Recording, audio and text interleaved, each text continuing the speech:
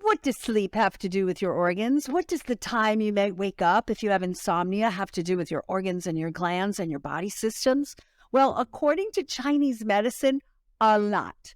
So today we're interviewing Dr. Michael, who has umpteen experience years as a naturopath and as a radio host. And he is going to share with us how that Chinese medicine clock affects sleep or has something to do with it and can help us analyze why you might be waking up from a sleep at certain times every night. So it's a podcast, so you don't need to be watching. So what I recommend is that you turn up your speakers and go about whatever you're doing and listen in to this fascinating interview today. I'm Dr. Rita Marie Loscalzo. Please join in. When we look at sleep, we always think, what can I take to make me sleepy and drowsy? And then you try herbs like you mentioned, Valerian, or maybe you try melatonin or Gaba or glycine or passion flower, all these different supplements that are all very beneficial. But the issue is that you sometimes need to look a little bit deeper as to what is going on in the body. And there may be some dysfunction in the body that's actually giving us as to when we are waking up, at what time of the day or at what time of the night. It may give us a clue as to what's going on with our health. And it is fascinating because we have this normal body clock or body rhythm. It's called the Chinese body clock, which it's pretty much kind of shows how one system feeds into the other, and that there's a natural rhythm that the body follows. And then by learning how, when we wake up, we can then see that, maybe it's this organ and maybe I need to support that organ, that system, and using then strategies to address that and look a little bit deeper into what that is. And I can go through a little bit what that body clock, what it looks like through the whole kind of your sleep cycle. Most people, we tend to be asleep by at least 11 p.m. or midnight. But that first kind of 11 p.m., you have the gallbladder, that's between 11 to 1 a.m. And then between 1 a.m. and 3 a.m., you have the liver. And then 3 a.m. to 5 a.m., you have the lung. And then 5 a.m. to 7 a.m., you have the colon and the large intestine. So these are the common ones that can then impact your sleep. And if they are not fully functioning the way that they should, they can then interfere with your ability to stay asleep. And both of them are very kind of calming type of energies. The liver and gallbladder are what considered a wood element, and large intestines and lungs, they're considered like a metal element. So then there's certain foods that you can then use to support that energy, to make sure that they are fed appropriately and you're not eating food that interferes with their function. And then also maybe there's some emotions that can be impacting them as well. So yeah, there's a lot that can be done in that area, just kind of knowing when you tend to wake up. I think that's a great starting point, because here's the thing, like when people, well, I guess practitioners, we do a history on people. And a lot of times like the conventional, like Western medical history tends to be short because of the way the system works, right? You get this 10 minutes with somebody. They're not going to ask you like exactly what times do you wake up and try to analyze that. It's more, do you have insomnia where you can't fall asleep, or you have insomnia where you wake up, and leave it at that. So I think it's very empowering for us as practitioners to be able to identify, like if somebody is going to sleep and waking up at 3 a.m. consistently, or between 3 and 5 a.m. consistently, what does that mean? And is there a lung issue that needs to be addressed? Also, when you said, well, the gallbladder, liver, right? So the gallbladder starting at 11, most people aren't in bed by 11. If you really look at least in the U.S., I don't know how it is in other countries, but most people aren't. So I'd like to talk two things. I'd like to talk about, like, one, how does that impact overall health and gallbladder, liver function and detoxification and bile and all that when someone is not even getting to bed until midnight or 1 o'clock? That's a huge factor, because the main detoxification, as you see, the gallbladder, liver, these are your detoxification organs. And then you have lungs and colon. These are part of two of your eliminatory organs, to move toxins out of the system. So if you then set yourself up inappropriately and cut the gallbladder's ability to function and liver, short by getting to bed later, you're then not going to have a full ability to detoxify while you're sleeping. So it is good to try to actually get to bed even half an hour before that gallbladder shift, so to say. It's going to take a little bit for you to fall asleep, and you want to be in a deep sleep then by midnight, because then you have also the benefit of all the different hormones, the pineal gland secreting the melatonin. You have the growth hormones that are secreted, and you also have then the detoxification of the brain that's taking place. The melatonin plays a huge part of that with the lymphatic system. So all of these things you are then cut short if you don't take the time, if you don't develop that pattern of going to bed at an appropriate time. And obviously, if you don't detoxify appropriately, then these toxins can build up in the lymphatic. The cells are not going to be able to get the nutrients that they need because, the lymphatic is all clogged up with all these toxins. So it dilutes in the ability for nutrients to be able to transport into the cells, and the cell wall membranes are going to be inflamed and irritated because it's continually bathed with these toxins. So you're kind of setting yourself short for creating then early aging, inflammatory conditions that drive a lot of the autoimmune, cancer, all of these age-related and chronic diseases that we're dealing with nowadays. Yeah. And, I don't think people really think in terms of that when it's just like, I have a lot to do. My kids don't get to sleep until 10. I got all this work to do. And we just drive through. And I don't know that there's enough attention paid to explaining that this horrible epidemic we have of cancer and heart disease and all that some of that can be attributed to just let's get some sleep, and let's get sleep at the right time. Mm-hmm. Yeah, it's such a crucial habit to develop. And as I mentioned, as I said, it's the foundation of health. And right now we live in such a sympathetic driven society where everything is measured in what we achieve and what we do. So we don't recognize the need for the other side of the coin, which is your parasympathetic side, which is where we regenerate, repair, detoxify. And so if we don't support that section, the body is going to break down. It's only so long that you can drive a car without appropriate maintenance. It is at some point going to blow a gasket. Something is going to happen. And it takes a lot of effort to address it when the body can't compensate anymore. The body is an amazing piece of machinery. It will give you a lot of effort, a lot of energy to try to help you to do whatever it is that you want to do. But it gets to a point where it breaks down, and then it's really hard to fix it when it gets to that point. Yeah, that makes total sense. And we need to fix it before it breaks, not after it breaks, because it's hard to fix it after it breaks. It's easier to prevent. And I always like to use the analogy of the car. We take better care of our cars for most of us, most people. I'm not saying for me, because I'm pretty good about taking care of me, but most people are taking better care of their cars than they are of their bodies. And we need to turn that around, because we're not going to find the solution to disease in the pharmaceutical experimentation labs. We're going to find it in the home and on the dinner plate and in the bedroom. Yeah.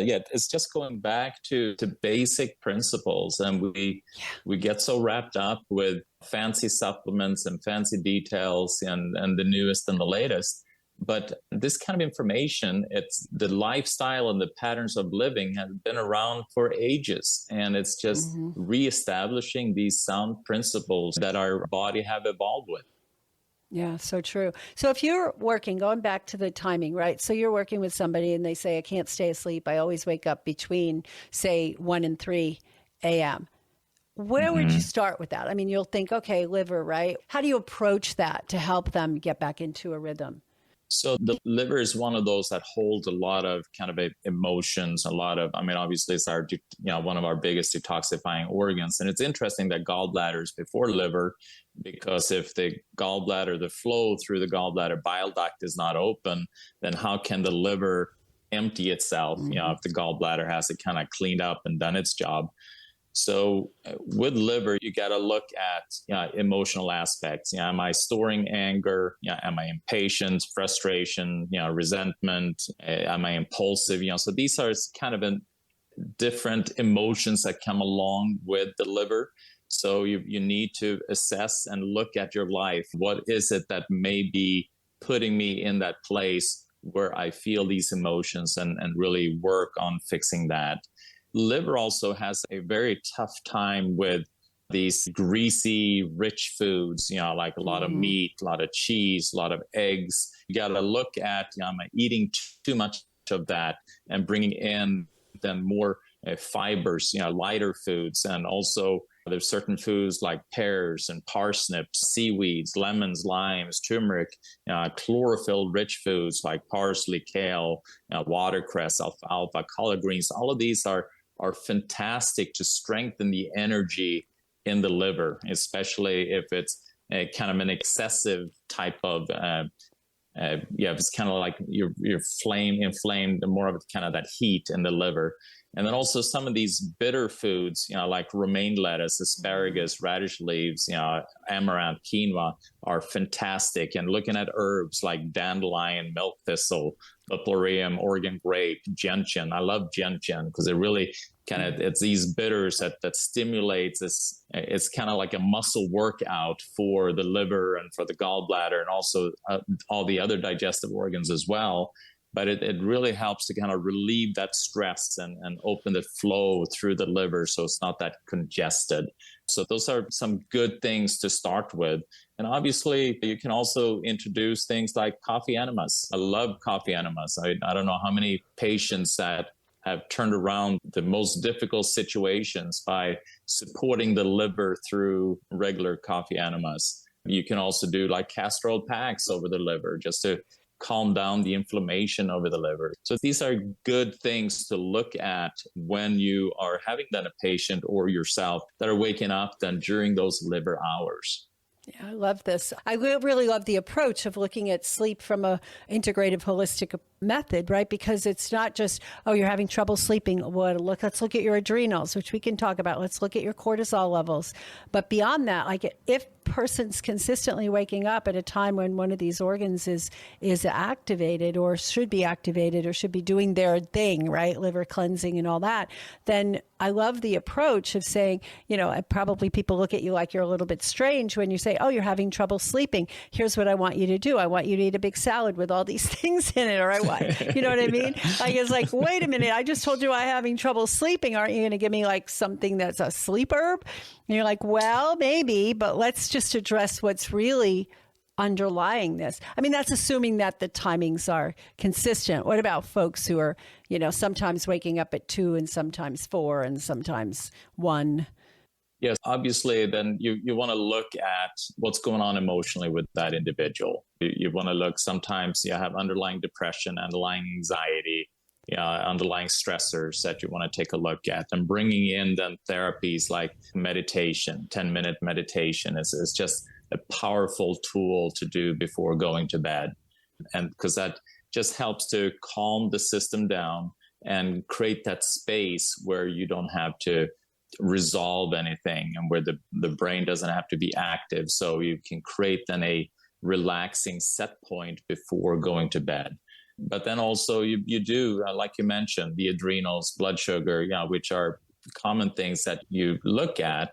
So then maybe if the individual's dealing with a lot of stress and they're not able to hold the blood sugar through the whole night, then obviously the body's going to try to wake that individual up to say, hey, you need some food, because right now the blood sugar is too low and this is not good for you. So then looking at then some complex carbohydrates, maybe before going to bed, can be really helpful at that time. So obviously, if there are certain times that is exact, then you want to look at the organ. But if it is a little bit jumping around a little bit, then you want to look at other factors as well. Right. So going back to blood sugar, because you said the blood sugar will go down. And I always think if somebody has the blood sugar going down too low, it's unlikely because they don't have enough food. It's generally because they had too much high carb food before bed. Their blood sugar went up, their insulin levels went up, and then the insulin is causing that hypoglycemia, that reactive hypoglycemia, because there's just been too much insulin and there's insulin resistance. And so the sugars have been stored away, right? Stored away. And now it plummets really low. And that might be what wakes people up as well, right? Because that low blood sugar will cause a cortisol release. It's not so simple when we're looking at blood sugar. People say, oh, just eat this thing before bed. But that might be a Band-Aid solution, a temporary solution that gets them better sleep. But we really have to look at underlying that whole insulin glucose metabolic dysregulation. Absolutely. And at the end of the day, you look at the adrenals being the one that helps to hold the blood sugar level through the day or in between meals. So it does fall back on the adrenals. And so it is such a key then to develop lifestyle patterns and habits to feed the adrenals. And obviously we can do a bunch of things, to support the adrenals, like licorice or cordyceps or rhodiola or ashwagandha and all these, or the B vitamins or vitamin C, or all these different things that are beneficial for the adrenals. But even supplements and even herbs, they become Band-Aids for poor lifestyle. Yeah. So you always need to look at the foundational lifestyle choices and see where you're at in your life. Are you happy? Are you living with purpose? All these things become the underlying factors that you have to look at. And then you can use nutrients and herbs and other tools to help you, almost like pharmaceuticals in a way, but less harmful.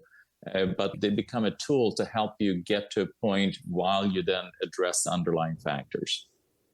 Yeah, I totally agree with you there. Totally. And I think that, it's kind of summarizing where we've come so far, is that it's really important for us to take a good history and really connect with people and not just say, oh, you're having trouble with sleep, here, try this or try that, because that's really just a Band-Aid. Even if it's an herbal, it's more like allopathic naturopathy or something like that, really, because we have an allopathic mindset of, oh, what can we give this person? But really it's going deeper and solving those deeper issues. So I think part of that history needs to be, what time are you waking up? Is it consistent? And a lot of people don't even know. So I often will say to them, okay, go ahead and keep a diary for the next 4 or 5 days. And just, when you wake up, keep either a mental diary or keep a piece of paper by your bed and write it down, so that we get an idea. Is it some sort of organ dysfunction that's happening? But also, what is your stress level in your life? How are things happening? What are you doing right before you go to bed? Are you doing stimulating things? Are you watching movies that are cops and robber movies and you're stimulated before you go to bed? So there's just so much that we can do. And as functional and integrative practitioners, we have that as a part of our toolkit. That's not so much where conventional Western medicine goes. It's just there's 10-minute visits. You don't have the time. And I'm just a really big fan that we really need to get to know people to understand all the underlying imbalances and dysfunctions so that we can support them and not just hand them some Valerian or melatonin and hope for the best. I couldn't agree more. And I see that in my profession. We try to emulate the medical scientific based type of model where it's this disease, that drug, and then you test something in isolation and you see the effect of that, instead of looking at everything as a whole. And that is when naturopathy, functional medicine, that's where it needs to be, not just kind of dispense herbs instead of pharmaceuticals. Yes, it's less harmful, but we're still not solving the issue. Not really solving the issue. And then people stay in that mentality, which I think is harmful, that mindset of always looking for the quick fix solution. Oh, I don't want to take pharmaceuticals anymore. So what herb do you have for me? Or what nutrient do you have for me? As opposed to, how are you going to help me and empower me to become my best self and create a diet and lifestyle that supports optimal sleep and optimal function, right? So Exactly. I want to come back around because we all like to hear about herbal and nutritional support. And you've already mentioned some to support the liver, but what are some of your favorite ways to help people get a good night's sleep? Well, I mean, so if you are then going to do this supplement that disease, so I love obviously magnesium is a lot of us are deficient in magnesium, so that is fantastic. I love using 5-HTP. I love also trying the L-tryptophan, obviously melatonin, but melatonin only works if individuals are deficient in melatonin. And it tends to Right. be as we get older, we tend to become more deficient. Younger people, we don't tend to be as deficient with it. Valerian is this interesting because that's one of the herb that I used a lot in my earlier days of practice, valerian, skullcap, passion flower, hops, those type of herbs. And it doesn't seem to be working as well now for whatever reasons. I'm wondering if it's just the level of stressors, all the 5Gs and EMF and things that are just stimulating our brains and Yeah. all the more level of chemicals. But then also what is important is to reduce inflammation in the brain. So then bringing in things like turmeric or ginger or frankincense or boswellia, another name for it, can be really helpful as well in combination with things like 5-HTP or magnesium. And so those are just some common things. And some people also deal with, they wake up because of restless leg, and then frequently that's connected with maybe there's a little bit of an iron deficiency there. Or if you're dealing with like muscle cramps, and obviously magnesium is very helpful, or electrolytes, you want to make sure that the person is hydrated and have electrolytes, but also bringing in things like vitamin E and ginkgo biloba or niacin or niacinamide, to help with the circulation, to bring oxygen to the muscles so that when we are sleeping and the energy production is reduced, that the muscles aren't starting to spasm. So those are just some kind of a good general tips to do. Yeah, and it's the way you explain that is it's a more of a holistic approach than just here, knock you out with some valerian. And it's interesting what you're saying about it not working as well. What I find is that I have people who have the paradoxical response to valerian. They take valerian and they're up all night. And I've heard that with lots of things. As somebody who's having trouble with sleep, she said, "Oh, I've tried everything. 5-HTP made me stay up all night and this or that." And they were like paradoxical responses to it. But the stress is so important to get to the heart of, the stress and the diet. And I love this whole discussion of looking at the time clocks. And it makes me recall a situation back like 20 something years ago. Well, it was 2001. And there was a particular point in my life, my only ever time to have bronchitis and to be sick. I don't think I've been sick since then. And I was waking up every night, and I couldn't understand it till I started researching it more. I'd wake up at 3:00 and I would just wake up and cough and cough and cough. And then I'd fall soundly asleep at 5. And then I'm like, oh my goodness, it totally follows the Chinese medicine clock, right? It's my lungs, no wonder. And it was like, no matter what, it was always then. And then it was like, I slept like a baby. I stopped coughing and slept like a baby after that. So it really does play out. And we just have to take the time to ask people. Yeah, it's fascinating. And just for the listeners, when you deal with lungs, I mean, you do want to, I mean, you obviously, that's where you process a lot of sadness and grief. And then a lot of times overeating tends to play a huge role. But then avoid mucus forming foods at that time. And you can bring in things like ginger, horseradish, garlic, things that helps to kind of break up a lot of the mucus. So, but again, look at kind of what emotions may I be holding? What am I not able to process? And that can then make your lungs a little bit weaker than they need to be. Yeah, it's really helpful. I really find that helpful. And knowing to ask the questions, figure out the timing, and then work on supporting that particular area through food, through emotions, and through general lifestyle that makes sense. And mucolytic kind of proper substances if needed. So I know you talk a lot, and you're actually doing a summit, I hear, on regenerative medicine. So I'd love to hear you talk about what is regenerative medicine and how does that how does that fit in with the whole sleep process? Yeah. So the sleep, obviously, for the body to be able to regenerate, you need appropriate sleep. And like I mentioned, the two hormones that are secreted while you're sleeping, one is melatonin, and the other one is the human growth hormone, in addition to a lot of other hormones as well. But the melatonin is like the most powerful detoxifier that we have of the brain. So if that one, and you can take oral melatonin, but it doesn't cross the blood-brain barrier very well. So it's more the melatonin that's produced in the pineal gland that helps with that detoxification of heavy metals, chemicals, also powerful antioxidant and anti-inflammatory of the brain. So to keep our brain for as long as possible. So sleep becomes huge for regenerative medicine. And also the growth hormone is what repairs our body while we're sleeping, our muscles, tendons, ligaments. It's what the calories for that repair is what helps us to burn fat to keep us slim. So we really want to keep that human growth hormone as active as possible, while we're sleeping. So that's why sleep becomes so important. Regenerative medicine, I'm in love with, just because that is where we are taking appropriate steps to prevent things from happening. That's when we're looking at our lifestyle and what we can do in order to be able to not have to deal with cancer when it knocks on the door, or deal with autoimmune, when that shows up.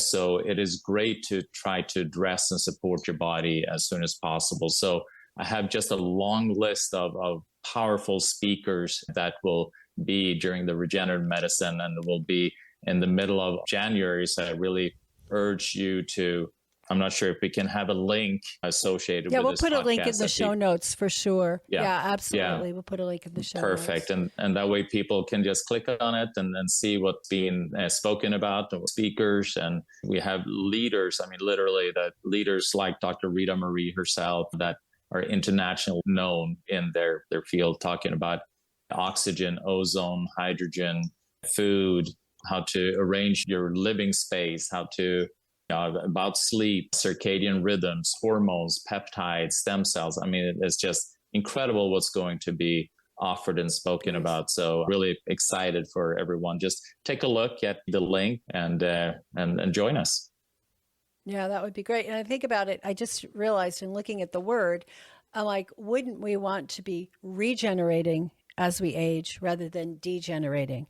And that's what we see such an abundance of, and such a epidemic. I'll call it epidemic. I know it's not appropriate to use epidemic unless it's infectious, but it kind of is infectious because it's infectious from the lifestyle. But think about that, right? As we want to regenerate as we age rather than degenerate, because the degenerative diseases are killing people left and right. And personally, I don't want to go down that path. I want to learn everything I can and do everything I can to regenerate. And I want to teach my patients and my clients how to regenerate. So any last parting words of wisdom for our practitioner audience as they're working with people who are struggling with sleep issues? I would just reiterate, because I've been in clinical practice since 87, and we tend to fall into these kind of easy patterns of just throwing something at a patient and see if it sticks, and not, even if we are functional or naturopathic, we don't take the appropriate time to really look deeply at what's going on. So I really would urge, to kind of develop a system that you kind of check and see what are some of the factors that can impact that, and make sure that I address that with the patient. And also, obviously, with detoxification, which a lot of that takes place at night, the best type of detoxification is a toxin that you're never exposed to. So really look at what's going on in the household of that individual to make sure, because a lot of these chemicals are stimulating, they are neuroagitators. They make the nerves in the brain just kind of fire repeatedly and very fast. So you want to make sure you eliminate that exposure and support that elimination for your patients. Yeah, great way to wrap it all up. And yeah, reduce the toxic load is the first step. We don't want to take all the fancy detox powders and all the herbs and stuff if you're still throwing fuel onto the fire every day. So thank you so very much for being here with us today. We've been talking to Dr. Michael Karlfeldt about sleep and some unique approaches to sleep based on the Chinese medicine clocks, I think is so valuable. So thank you for listening. We have a free guide at reinventhealthcare.com/sleep with resources and valuable information to help you to help your clients get a better sleep. And as you know, I believe that the more you guys master the art, and you guys is a New York expression, so don't take that as offense, you women out there, because I'm from New York. That's what we say. Everybody is you guys. The more Instead you master the art, all y'all. Instead of y'all, because I live in Texas, right? I would say you all or you guys, right? One or the other. That the more you master the art of, it's an art, right? Of teaching and empowering patients and clients to use the power of nutrition and lifestyle to achieve their health and wellness goals, the more fulfilled you're going to feel, because you know that you're making a real difference in these people's lives and you're helping them to really restore their health. And your practice as a result is going to thrive. So that's what I think we're here for, is to help people, but also to support ourselves so we don't need day jobs while we're doing it. So download the sleep guide, reinventhealthcare.com/sleep. And until next time, shine on.